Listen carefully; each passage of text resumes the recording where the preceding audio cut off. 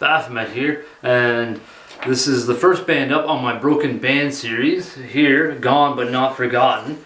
The first band up is Typo Negative, a band from the USA, a Gothic doom metal band. The whole basis of my my Broken Band series is bands that have either retired, parted ways, or a member has passed on, which is in this case of Typo Negative with Peter Steele passing on.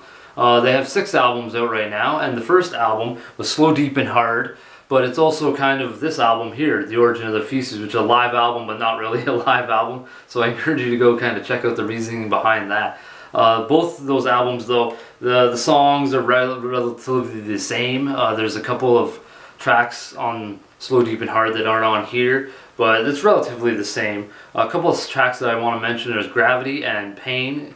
They have like this industrial feel, this iron metal feel, just creepy effects in the background. Like I just listened to this and I heard stuff I hadn't remembered hearing. You just keep hearing stuff and new things every time you listen to the albums. I thought that was pretty cool. Definitely a lot of industrial effects to it. I love what Josh Silver did with that. Just kind of an eerie feel too, like somebody's in a horror movie almost. The next album, though, is Bloody Kisses. Now, this album was the album that definitely took them to the next level. A few tracks that ended up on some movie soundtracks, like Summer Breeze ended up on I Know What You Did Last Summer, and Blood and Fire ended up on Mortal Kombat. So you can definitely see how Typo Negative definitely jumped into the next level of, not stardom, but some fame.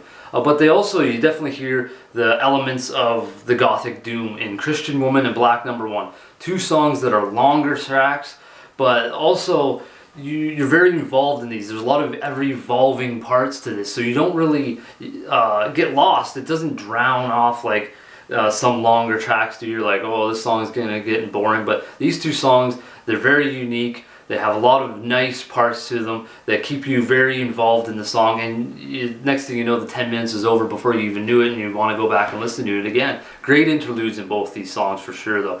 But my favorite song on this album is the title track, Bloody Kisses. Very cryptic message here. It's a very dark, miserable sounding song, but I absolutely love the haunting keyboards here, and with Peter Steele's, poetic lyrics to this track, it just makes it one of those tracks that you don't really think about too much on it, but the more you listen to it, you're like, wow, that's an awesome song.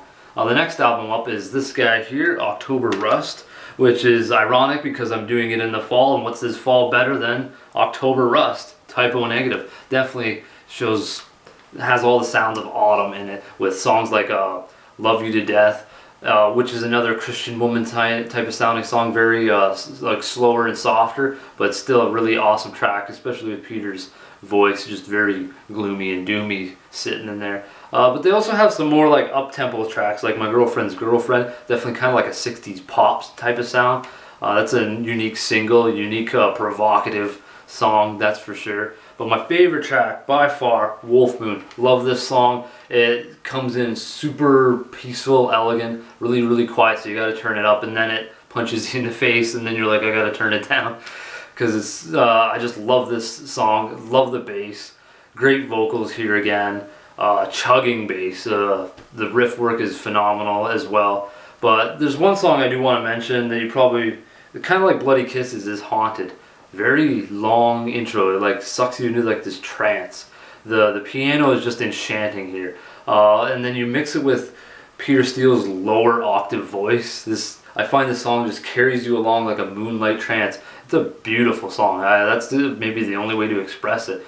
Very interesting, solid track overall, though. Definitely one that maybe you should give a listen to. The next album up is World Coming Down. Very emotional album for Peter Steele. A lot of elements that are attached to him personally, so you never really heard these songs live, that's for sure. With songs like Everyone I Love Is Dead, Everything Dies, you can see how cryptic and dark those 2 titles for songs are, for sure. But then there's also songs like Creepy Green Light, Pirate Blaze, little upper tempo type of tracks, very groovy in the bass department, that's for sure. Of course, there's so much bass going on in Typo Negative. But then gets me to my must listen to track, All Hallows Eve. So if you click right here, this will take you to a phenomenal track. I love this song. All Hallows Eve is phenomenal. I love It's a lot. It's like Wolf Moon a little bit. It's quiet and then again punches you in the face. Very destructive verse here. So angry. Actually, probably is my favorite